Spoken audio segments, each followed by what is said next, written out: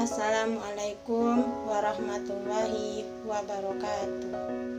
Apa kabar anak-anak ibu semua? Semoga anak-anak ibu dalam keadaan sehat dan selalu dalam lindungan Allah Subhanahu wa Ta'ala. Kita mulai pembelajaran kita pada hari ini dengan membaca basmalah.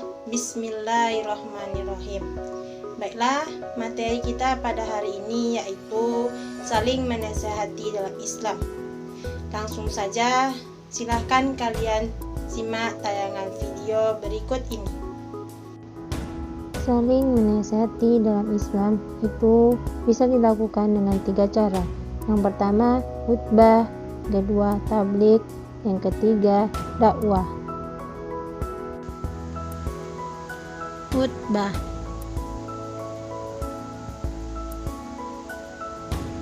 Khutbah berasal dari bahasa Arab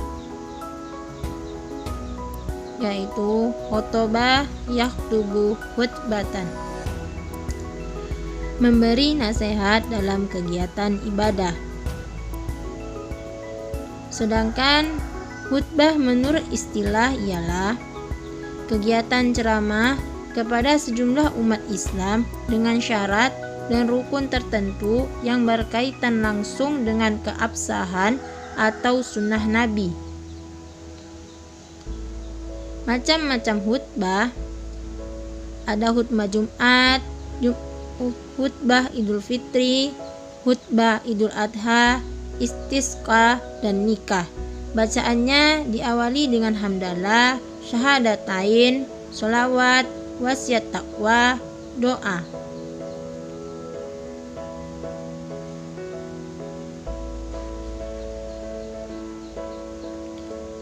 Khutbah ini salah satu aktivitas ibadah, maka dari itu tidak boleh ditinggalkan dikarenakan akan membatalkan aktivitas ibadah tersebut.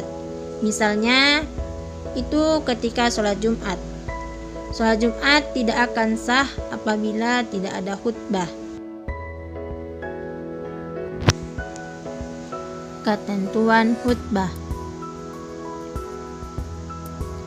Ketentuan khutbah ada 4. Yang pertama, syarat khotib.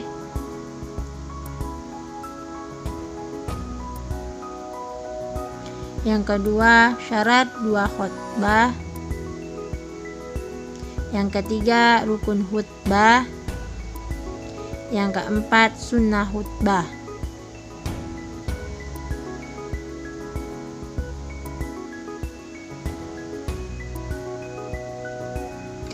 Syarat khotib, yang pertama Islam, yang kedua baligh, yang ketiga berakal sehat, yang keempat mengetahui ilmu agama. Syarat 2 khutbah, yang pertama khutbah dilakukan sesudah masuk waktu zuhur, khutbah Jumat, yang kedua khotib duduk di antara 2 khutbah, yang ketiga, khutbah diucapkan dengan suara yang keras dan jelas. Yang keempat, tertib.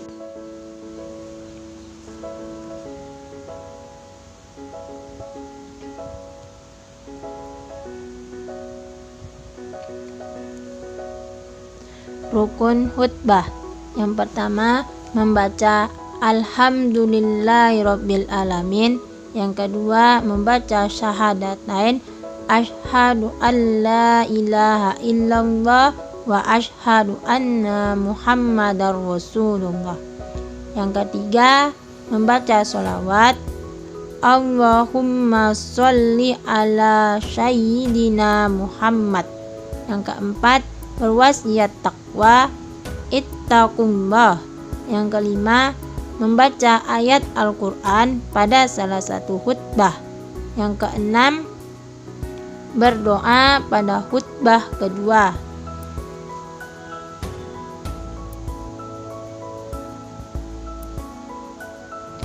Sunnah khutbah. Yang pertama, khatib berdiri ketika khutbah. Yang kedua, diawali dengan salam. Yang ketiga, khutbah harus jelas, mudah dipahami dan tidak terlalu panjang. keempat, khotib menghadap jamaah. Yang kelima, menertibkan rukun khutbah.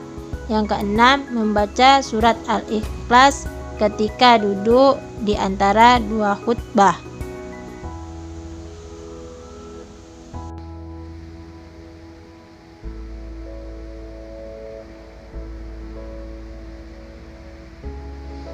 Pada prinsipnya, tata cara khutbah bagi sholat Jumat dan sholat Idul Fitri, Idul Adha ini sama, hanya saja waktu pelaksanaannya yang berbeda.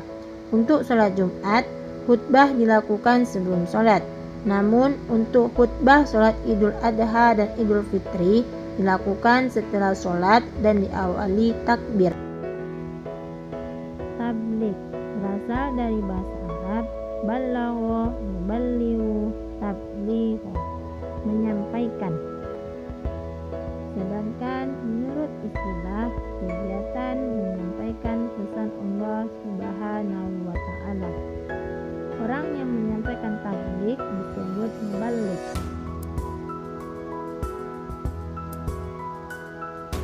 Ketentuan tabligh: yang pertama Islam, yang kedua balik, yang ketiga berakal, yang keempat mendalami ajaran Islam.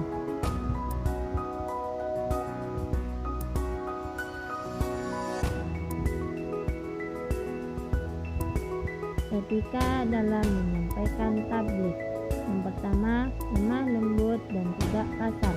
Yang kedua, menggunakan bahasa yang mudah dimengerti. Yang ketiga, mengutamakan diskusi. Yang keempat, materi dakwah harus berdasarkan dasar hukum yang kuat.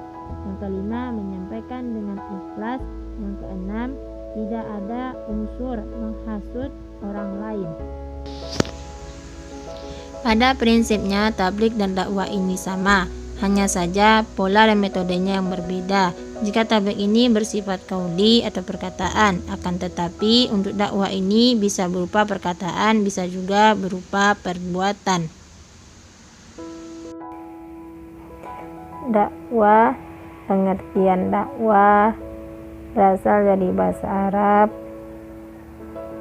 da'a yad'u dakwatan, memanggil, menyeru, mengajak pada suatu hal.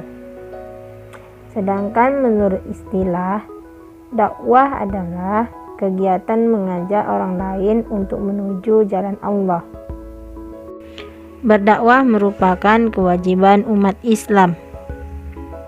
Menurut sebagian ulama, dakwah ini adalah fardu kifayah.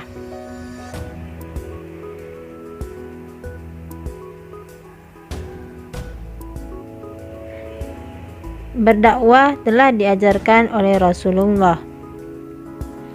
Ketika berdakwah, kita harus memiliki tujuan untuk mewujudkan kebahagiaan dan kesejahteraan hidup di dunia dan di akhirat, dan berharap untuk mendapat ridho Allah. Untuk dakwah ini, Rasul telah memberikan contoh dengan berbagai cara, bisa melewati lisan, tulisan, dan bahkan perbuatan. Ketentuan dakwah: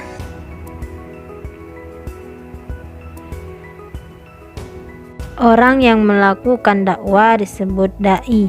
Untuk ketentuan-ketentuan dalam dakwah sebagai berikut. Yang A, syarat menjadi seorang dai. Yang pertama Islam, dua balik, yang ketiga berakal, dan yang keempat mendalami ajaran Islam. B, etika dalam berdakwah. 1. Dakwah dilakukan dengan ucapan yang jelas dan tegas serta sikap yang bijaksana. Yang kedua, dakwah dilakukan dengan mau'ziyah hasanah atau nasihat yang baik. Yang ketiga, dakwah dilakukan dengan mujadalah, yaitu diskusi atau tukar pikiran dan santun serta menghargai pendapat orang lain. Bagaimana anak-anak ibu semua? Sudah menyimak tayangan video dari Ibu Cindy? Baiklah, kesimpulan pembelajaran kita pada hari ini yaitu untuk saling menasihati dalam Islam dapat dilakukan dengan 3 cara. Yang pertama khutbah, yang kedua tabligh, dan yang ketiga dakwah. Jadi, apabila kalian ingin menyampaikan pesan Allah, maka kalian dapat menggunakan salah satu dari 3 cara ini.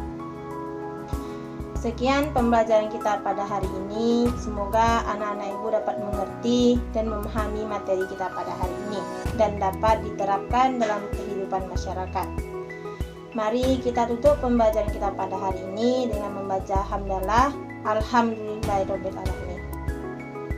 Wassalamualaikum warahmatullahi wabarakatuh.